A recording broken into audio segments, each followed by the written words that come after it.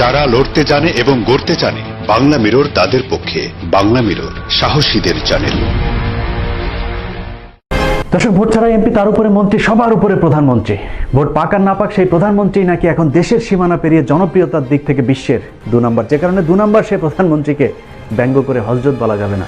Vote চুরি করলে কাউকে চাল চোর বলা যাবে না, কারণ ভোট চোর আর চাল চুরি দুটা আলাদা জিনিস। আর হ্যাঁ, ওবায়দুল কাদেরের ছবি ফেসবুকে দেখলেই কা কা বলে কমেন্ট করা যাবে না। ছাত্রলীগের ধান কাটার দৃশ্য দেখে হা হা রিয়েক্ট দেওয়া যাবে না। মাথায় আগলা চুল লাগিয়েছে বলে কাউকে আলগা মোমেন্ট বলা যাবে না, কিংবা পাগলা হাসানকে হাসাও মাহমুদ বলে গালি দেওয়া যাবে না। বলা যাবে না পিপিপি বা পাড়ার পোপাড়া আমাদের সবার প্রিয় স্বাস্থ্যমন্ত্রীকে কচুরিপানা খায় বলেই আমাদের পরিকল্পনা মন্ত্রীকে সুপরিকল্পিতভাবে গরু বানানো যাবে না। সবকিছু নিয়ে যেমন শয়তানি চলে না, ঠিক আমাদের মহান স্বাধীনতার মুরগি যোদ্ধা শাহরিয়ারকে মুরগি কবির বলা যাবে না। নাতনিকে বিয়ে করেছে বলেই সাবেক রেলমন্ত্রীর ইঞ্জিন নষ্ট হয়ে গেছে বলা যাবে না, কারণ আওয়ামী লীগের ইঞ্জিন কখনোই অচল হয় না, যার প্রমাণ তিনার 2টা বাচ্চা হয়েছে। 17 স্বামীকে বিধবা বানিয়ে 18 নম্বর খদ্দেরের খোঁজে থাকা মমতাজকে ফাটতে গেছে বলা যাবে না, কারণ এতদিন যেহেতু ফাটেনি, এ জিনিস আর ফাটবেও না। দর্শক, এখন প্রশ্ন আসতে পারে, তাহলে বলা যাবে কি? খাবারের অভাবে অনাহারে আপনি মারা গেলেও আপনাকে বলতে হবে আমাদের অর্থনীতি সিঙ্গাপুরের একটু উপরে, আর আমাদের প্রধানমন্ত্রীর জনপ্রিয়তা জাস্টিন ট্রুডোর একটু নিচে। দর্শক, নিচে না, এবার উপরে উঠতে চাই, সবার চেয়ে উপরে। শিক্ষা, স্বাস্থ্য, অর্থনীতি সব দিক থেকে আমরা হব সেরা, আর আমাদের প্রধানমন্ত্রীর হবে সবার উপরে, সব দিক থেকে অধরা। কিভাবে? চলুন দেখা যাক। পুরো অনুষ্ঠান জুড়ে আপনাদের সাথে আছি আমি, ইলিয়াস হোসাইন। ইউরোপ, আমেরিকার মতো দেশ যেখানে হিমশিম খাচ্ছে, সেখানে ডিজিটাল বাংলাদেশের অভাবনীয় সফলতা দেখে পৃথিবীর বিভিন্ন জায়গা থেকে এরই মধ্যে শুভেচ্ছা পাঠাতে শুরু করেছে স্বাস্থ্যমন্ত্রী, প্রধানমন্ত্রী, বিশেষ করে তথ্যমন্ত্রী হাসান মাহমুদ ওরফে হাসাও মাহমুদকে। গণমাধ্যমকে ব্যবহার করে আওয়ামী গুজবীরা গুজব ছড়াতে থাকলেও বিশ্ব স্বাস্থ্য সংস্থা সহ আন্তর্জাতিক সংস্থাগুলো বরাবরই দিয়ে যাচ্ছে উল্টো প্রতিবেদন। এরই মধ্যে সময় টিভির গুজব প্রোডাকশনের তত্ত্বাবধানে প্রধানমন্ত্রীর নাম উঠে এসেছে বিখ্যাত ফোর্বস সাময়িকীতে, যেখানে হাসিনার ছবি দেখানো হয়েছে করোনা যুদ্ধের সফল রাষ্ট্রনায়কদের তালিকায়। বেওয়ারিশ কিছু গণমাধ্যমের মতো ঝড়ের গতিতে সেই খবর ছড়িয়ে পড়ে আওয়ামী লীগ, ছাত্রলীগ সহ জাতির নাতির ভেরিফাইড ফেসবুক পেজেও। কিন্তু আমাদের উৎসুক মন খোঁজখবর নিয়ে দেখে ফোর্বস সাময়িকীর প্রতিবেদন জাল করে জালিয়াতি করেছে আওয়ামী জাহেলিয়াত বাহিনী। করোনায় যেসব নারী সরকার প্রধানদের দেশের অবস্থা খুব করুণ, সেই তালিকায় থাকা শেখ হাসিনার ছবি এডিট করে বসানো হয়েছে সফল রাষ্ট্রনায়কদের তালিকায়। এভাবে একের পর এক সরকারের মাথা থেকে পা পর্যন্ত পুরোটাই লেজে গুজবে অবস্থা। গুজবের শুরুটা হয় একেবারে শুরু থেকেই। রোহান, তুমি নামাজ কালাম পড়ো, আল্লাহ ছাড়া আসলে কেউ বাঁচাতে পারবে না। আপনাদের নিশ্চয়ই মনে আছে, চট্টগ্রামের একজন চিকিৎসকের ভাইরাল হওয়া একটি ফোন রেকর্ডের সূত্র ধরে আটক হন অভিযুক্ত সেই চিকিৎসক। তার অপরাধ ছিল তিনি সবাইকে সাবধানে থাকতে বলেছিলেন। 1 মাসের মাথায় এখন প্রমাণিত হয়েছে সেই চিকিৎসক যা বলেছিলেন সেটাই সত্য। এখন যারা সরকারে আছে তারাই আসলে ছড়িয়েছে গুজব। এই ধরুন, শামীম ওসমানের নির্বাচনী এলাকা নারায়ণগঞ্জের কথাই ধরা যাক, যা বাংলাদেশের সবচেয়ে ভয়ঙ্কর মৃত্যুপুরীতে রূপ নিয়েছে। পরিস্থিতি শামীম ওসমানকে আতঙ্কিত করেছে, কিন্তু এই তো কদিন আগেও শামীম ওসমান যে গুজবটা ছড়িয়েছিলেন সেটা কিন্তু এখনো মানুষ ভুলে যায়নি। হয়তো আল্লাহর রহমত তাদের উপরে করোনা ধাক্কা আসবে না, আমার বিশ্বাস, দৃঢ় বিশ্বাস। আমি আল্লাহ খোদার পথে আছি, এই বিশ্বাস। এই জন্য কোনো দেশের রাষ্ট্রনায়ক যদি খুব বেশি আল্লাহওয়ালা হন, সেই দেশের উপরে আল্লাহর একটা আলাদা রহমত থাকে। এবং আমার দৃঢ় বিশ্বাস, আমার দেখা মতে, আল্লাহকে সাক্ষী রেখে বলছি, আমার দেখা মতে আল্লাহকে সাক্ষী রেখে বলছি, 1 বার না 3 বার সাক্ষী রেখে বলছি, আমি এত আল্লাহওয়ালা মানুষ, আমি শেখ হাসিনার মতো এত আল্লাহওয়ালা মানুষ দেখিনি। তার মতো অনেকে একের পর এক দায়িত্বজ্ঞানহীন বক্তব্য দিতে থাকে দায়িত্বশীল জায়গা থেকে।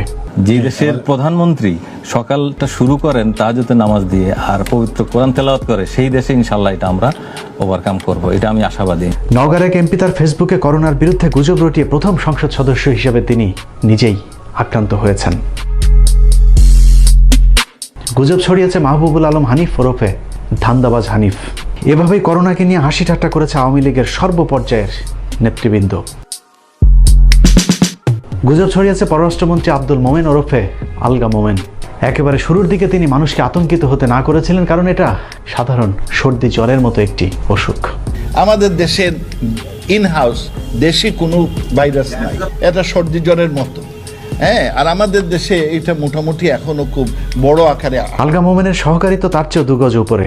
নিজের ফেসবুক পেজে গুজবের বিরুদ্ধে পোস্ট করতে গিয়ে তিনি নিজেই ছড়িয়েছেন আরেকটি গুজব।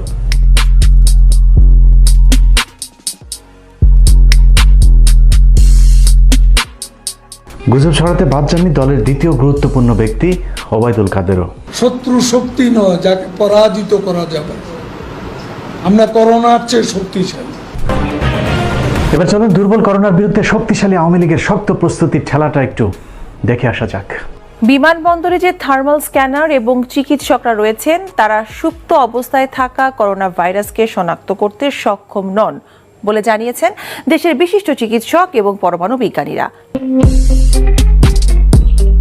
সারা বিশ্বের বিমানবন্দরগুলোতে যখন ব্যাপকভাবে যাত্রীদের পরীক্ষার কাজ চলছিল তখনও আমাদের বিমানবন্দরগুলো ছিল উন্মুক্ত। বিদেশ থেকে ফেরা যাত্রীদের ব্যক্তিগত ক্ষোভের ভিত্তিতে প্রথমে 7টি স্ক্যানিং মেশিন বসানো হয়, যার মধ্যে 6টি মেশিন ছিল অকেজ। সরকারের চরম অব্যবস্থাপনার বিষয়টা প্রথমেই পরিষ্কার হয়ে যায় ইতালি থেকে ফেরা 144 যাত্রীকে সামলাতে না পারার বিষয়টি দেখে। আমি একজন র্যাপিড যোদ্ধা, আমার টাকায় বাংলাদেশ চলে, উদয়ট ইনভেস্ট বাংলাদেশের টাকা লুটপাট করে খায় শুয়োরের বাচ্চারা। তারপরেও সরকারের টনক নড়েনি, বরং একের পর এক লুকোচুরি করে পুরো বিষয়টাকে ধামাচাপা দেবার চেষ্টা চলেছে। এখানে 10টা 15 ছোট বাচ্চা একদম শিশু, খাবারের কোনো ব্যবস্থা করে নাই। যে জায়গায় বসবো মশা মাছি একদম নোংরা অবস্থা। কেন? আমরা এই দেশের নাগরিক না? 15 মিনিটসের কাছে উত্তরা কুয়েত মৈত্রী হাসপাতালের একজন স্বাস্থ্যকর্মীর পাঠানো ইমেলের তথ্যানুযায়ী তাদের হাসপাতালের প্রথম করোনা রোগী ভর্তি করা হয়েছিল ফেব্রুয়ারি মাসের 8 তারিখে। এরপর থেকে সেখানে ব্যাপক গোপনীয়তা রক্ষা করা হয়। অজ্ঞাত কারণে হাসপাতালের বেশ কিছু কর্মীকে বাধ্যতামূলক ছুটিতে পাঠানো হয়। সেই ঘটনাকে কেন্দ্র করে একজন চিকিৎসক ছুটিতে যেতে না চাইলে তাকে বাধ্যতামূলক ছুটি এবং পরে বহিষ্কার করা হয়। সাসপেন্ড করা হয়েছে আমাকে চাকরি থেকে। আমি অত্যন্ত দুঃখের সঙ্গে জানাচ্ছি যে কেন সাসপেন্ড হয়েছে আমি তার আগে কিছুই জানি না। অনেকের মতে মার্চে মুজিববর্ষ ধুমধামভাবে পালন করতেই সরকার করোনা নিয়ে চোর পুলিশ খেলেছে। সিনিয়র সাংবাদিক Mushfiq Fazal Ansari right two democracy অনুষ্ঠানে বাংলাদেশে নিযুক্ত সাবেক মার্কিন রাষ্ট্রদূত এম মাইলামও সরকারের গুজবের বিষয়টি স্বীকার করেছেন। যদিও মার্চের শুরুতেই বৈশ্বিক নাটকীয় পরিবর্তনে জনগণের টাকায় ধুমধাম করে মুজিববর্ষ পালনের খোয়াব বাদ দিয়ে সরকার বাধ্য হয় দেশের করোনা রোগীর উপস্থিতি স্বীকার করতে। এই নতুন রোগীটি চিহ্নিত হয়েছে, তিনি একজন মহিলা এবং তার বয়স 20-এর ঘরে। করোনা শনাক্ত রোগীর কথা স্বীকার করলেও সরকার তাদের গুজব বন্ধ করেনি, বরং একের পর এক গুজব ছড়িয়ে মানুষকে বিভ্রান্ত করতে থাকে। খোঁজামিল দিতে গিয়ে রোগতত্ত্ব বিভাগ এবং স্বাস্থ্য মন্ত্রণালয়ের লোক দেখানো মন গড়া সংবাদ সম্মেলনে প্রতিদিনই ধরা পড়তে থাকে অবিশ্বাস্য ভুল ত্রুটি। প্রতিদিনের পত্রিকাগুলোর শিরোনামে মৃত্যুর সংখ্যা হিসেব করলে শখানেক ছাড়িয়ে গেলেও এখন পর্যন্ত সর্বোচ্চ 21 জন দেখানো হয়েছে মৃতের সংখ্যা। ঘাপলা রয়েছে সরকারের পক্ষ থেকে প্রতিদিন শত শত মানুষ সুস্থ হয়ে বাড়ি ফেরার হিসেবের মধ্যেও, কারণ করোনায় নিহত পরিবারগুলোর অভিযোগ অনুযায়ী করোনা রোগীদের বাস্তবে কোনো চিকিৎসা হাসপাতালগুলোতে দেওয়া হচ্ছে না। করোনা ভাইরাসে আক্রান্ত রোগীরা হাসপাতালে চিকিৎসা পাওয়ার যে বর্ণনা দিয়েছেন তা বিভীষিকাময়। আমি সেরি বন্ধ খাইতে পারি না, লাশ নিয়ে কি এত বিকৃত মস্তিষ্ক এখনো হয় নাই যে পাশের বেডে লাশ রেখে আমি ভাত খাবো। চিকিৎসা লেখা আছে, আজকেও ডক্টরকে বলছি, এবং সবাইকে এইভাবেই মেরে ফেলতেছে, সবাইকে এইভাবে মেরে ফেলতেছে। এ কারণে হাসপাতাল থেকে একের পর এক করোনা রোগী পালিয়ে যাওয়ার ঘটনা ঘটেছে। নিজের চোখে দেখা করোনা রোগীর এমন করুণ পরিণতি দেখে হাসপাতালে দায়িত্বরত এক পুলিশ সদস্য করোনায় আক্রান্ত হওয়ার পর আত্মহত্যা করে মারা গেছেন। দর্শক, এটাই একমাত্র রোল মডেলের দেশ যেখানে আপনি মৃত্যুর পর কবরে বসে জানতে পারবেন আপনার কেন কোন রোগে আক্রান্ত হয়ে মৃত্যু ঘটেছিল। তারপরে বন্ধ হচ্ছে না সরকারের চাপাবাজি আর গুজব, তার সাথে আছে তাদের পালিত গুজব বাহিনী। মুজিব করতো সেই কোট, যে কোট লাগাইলে পরে মানুষ আর মৃত্যুর ভয় পাওয়ার কথা না। ব্যারিস্টার সুমন, যার কাজ সস্তা পাবলিক সিম্পেথি পুঁজি করে সুকৌশলে সরকারের দালালি করা। এই দালাল কদিন আগে হাসিনার পক্ষে একটি ডাহা মিথ্যে গুজব ছড়িয়ে দিয়েছে। মাননীয় প্রধানমন্ত্রী, আজকে আপনি যে কাজটি করেছেন, আজকে যে আমাদের যে মনের আশাটি ছিল যে করোনাতে যারা যেসব ডাক্তার নার্সরা কাজ করতেছে তাদেরকে আলাদাভাবে হোটেলের ব্যবস্থা করা, আজকের এই চিঠিটা দেখে নেত্রী আমার মনে হয়েছে যে আমি এমন এক নেত্রীর আদর্শের রাজনীতি করি যে তাকে মানার মতো যোগ্যতা রাখেন উনি। আপনি 6টা বিশেষায়িত করোনা হাসপাতালে যারা করোনা রোগী দেখেন তাদের ডাক্তারদের জন্য, নার্সদের জন্য 20টা হোটেলে আপনি রুমের বরাদ্দ করেছেন। এবার দেখা যাক চিকিৎসকদের জন্য বাংলাদেশের কোন কোন 5 তারা হোটেল বরাদ্দ দেওয়া হয়েছে। সরকারি তালিকায় যেসব হোটেলের নাম রয়েছে তার মধ্যে একটির মালিক জানেনই না তার হোটেল সরকার বরাদ্দ দিয়েছে। হোটেলগুলোকে স্বাস্থ্যকর্মীদের থাকার জন্য বলা হচ্ছে সেগুলোর বেশিরভাগেরই আসলে জানা নেই। জনাব মোহাম্মদ জাহাঙ্গীর হোসেন মিয়া তিনিও আসলে হোটেল জাকারিয়া ইন্টারন্যাশনালের ব্যবস্থাপনা পরিচালক। আপনার কাছে কি এই নির্দেশনা এসেছে জনাব জাহাঙ্গীর হোসেন? আমরা হাতে কোনো ধরনের কোনো চিঠি বা সরকারি প্রজ্ঞাপন পাইনি। 5 স্টার হোটেলের পর সরকারের পরবর্তী গুজব নৌযানে চিকিৎসক এবং স্বাস্থ্যকর্মীদের জন্য আলাদা কোয়ারেন্টাইনের ব্যবস্থা করা। বাস্তবে দেখা গেছে স্বাস্থ্যকর্মীদের কোয়ারেন্টাইনের জায়গা হয়েছে নির্জন কুড়ে ঘরে। এদিকে হেলিকপ্টারের অভাবে ঢাকায় আনতে না পারায় মৃত্যু হয়েছে গরিবের ডাক্তার খ্যাত মহিউদ্দিনের। সামনের কাতারে থাকা এসব করোনা যোদ্ধাদের সুরক্ষায় দেওয়া হচ্ছে 2 নম্বর পিপিই এবং মাস্ক, যার ফলে ঝুঁকি নিয়ে কাজ করতে হচ্ছে তাদের। আর এসব নিয়ে মুখ খুললেই চিকিৎসকদের পেতে হচ্ছে শাস্তি। উচিত কথা বললেই মানুষকে গুজবের অভিযোগ তুলে শাস্তি দেওয়া আওয়ামী লীগ নিজেই যে এতদিন ধরে দেশকে সিঙ্গাপুর, সুইজারল্যান্ড বলে গুজব ছড়িয়েছে তা এখন মানুষের সামনে পরিষ্কার হয়ে উঠেছে। হাসিনার দাবি অনুযায়ী বাংলাদেশের অর্থনীতি নাকি কানাডার সমান, কিন্তু দুদিনের করোনাতেই সরকার তলে তলে ভিক্ষে করা শুরু করেছে। এরকম চরম মুহূর্তে এসে হাসান মাহমুদ, ওবায়দুল কাদেররা একের পর এক বিএনপির বিরুদ্ধেও গুজব ছড়িয়ে যাচ্ছে। বিএনপি মানুষকে ত্রাণ দিচ্ছে না বললেও বাস্তবে দেখা গেছে সরকার বিভিন্ন জায়গায় বিএনপি জামাতকে ত্রাণ দিতে বাধা দিচ্ছে। অন্যদিকে আওয়ামী লীগের কম্বল চোর আর ব্যাংক ডাকাতেরা ত্রাণের চাউলও চুরি করছেন। ছবি তুলাইছে, কেউ দেয়নি, মানে খালি ছবি তুলাইছে, দেয় নাই।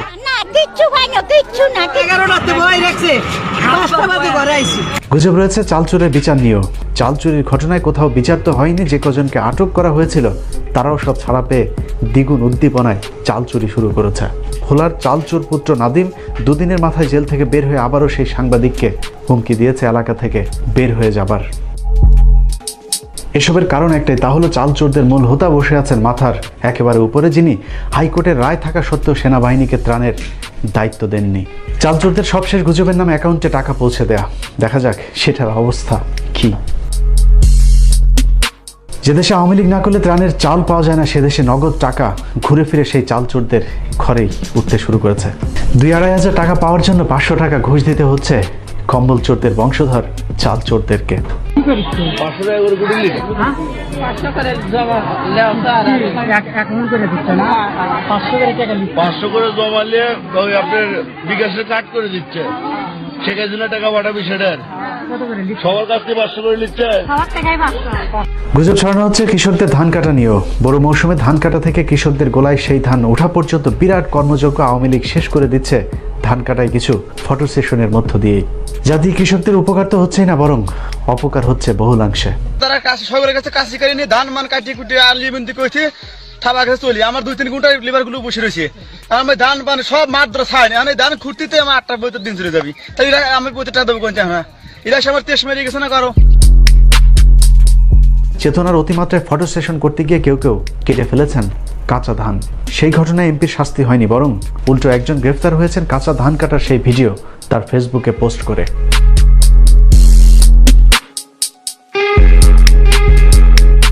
এভাবে আওয়ামী গুজবের দেশে সত্য বললেই মানুষকে নানাভাবে হয়রানি করা হচ্ছে। গণমাধ্যমে সরকারের নিয়ন্ত্রণ ঠিকঠাক রাখতে এরই মধ্যে বেশ কয়েকজন কর্মকর্তাকে দায়িত্ব দেওয়া হয়েছে। গুজবের বিরোধিতার কথা বলে সরকার মানুষের মুখ চেপে ধরার নতুন নির্দেশনাও জারি করেছে, যেখানে আওয়ামী চাল চোরদের পাশাপাশি স্বামীর দেশের বিরুদ্ধেও যেন মানুষ প্রতিবাদ করতে না পারে সেই ব্যবস্থাও নেওয়া হয়েছে।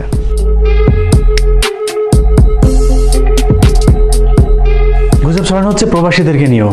বিশেষ করে মধ্যপ্রাচ্যের প্রায় 1,10,00,000 প্রবাসীদেরকে সব ধরনের সুযোগ সুবিধা দেওয়ার কথা বললেও বাস্তবে মিলছে না কোনো সহযোগিতা। এভাবে যদি চলতে থাকে তাহলে আগামী কয়েক মাসের মধ্যে অনেক মানুষ মারা যাবে এবং কি তাদেরকে ট্রলারে করেও বাংলাদেশে পাঠাতে হবে। এই মুহূর্তে যদি মালয়েশিয়ান হাই কমিশন আমাদের পাশে না দাঁড়ায় তাহলে এখানে ভয়াবহ অবস্থা পরিস্থিতি সৃষ্টি হবে। সব মিলিয়ে দেশ থেকে বিদেশ সবখানি গুজব নামের আস্ত একটি গজবের নাম বাংলাদেশ আওয়ামী লীগ, সংক্ষেপে যাকে বলা হয় বাল। জননেত্রী শেখ হাসিনা ইসলামের ইতিহাসে এক অনন্য উচ্চতায় আসীন হয়েছেন।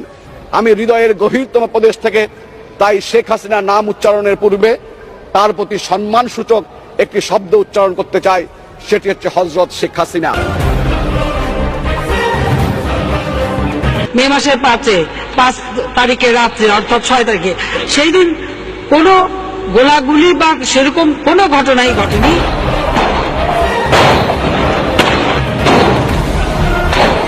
এত লোককে আমরা এই ছোট্ট জায়গা থেকে বের করে দিয়েছি শান্তিপূর্ণভাবে, সেখানে কিন্তু এক স্ট্যাম্পিডেও কেউ কিন্তু আহত নিহত হয়।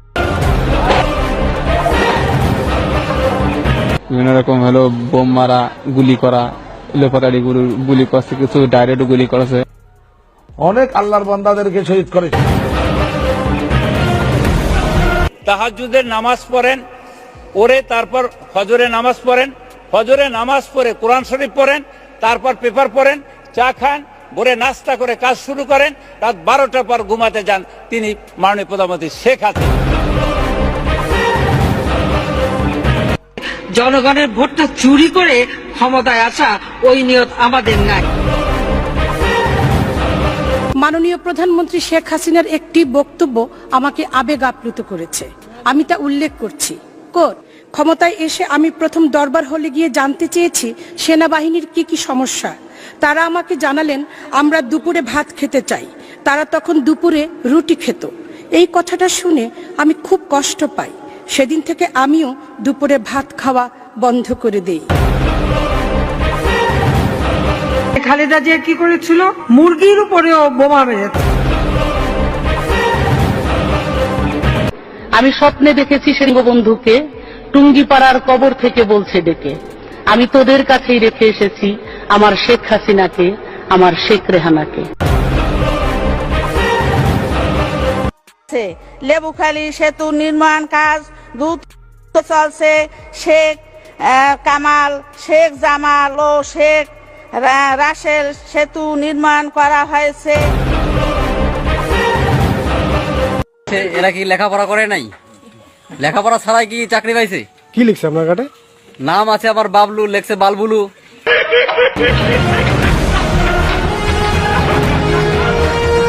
দর্শক, সত্যকে মিথ্যা আর মিথ্যাকে সত্যি। মিথ্যার রাজ্যে মিথ্যেই যখন মিথ্যেবাদী রাজার একমাত্র ভিত্তি, তখন সে রাজ্য প্রজাদের বিচার হয় গুজব ছড়ানোর দায়।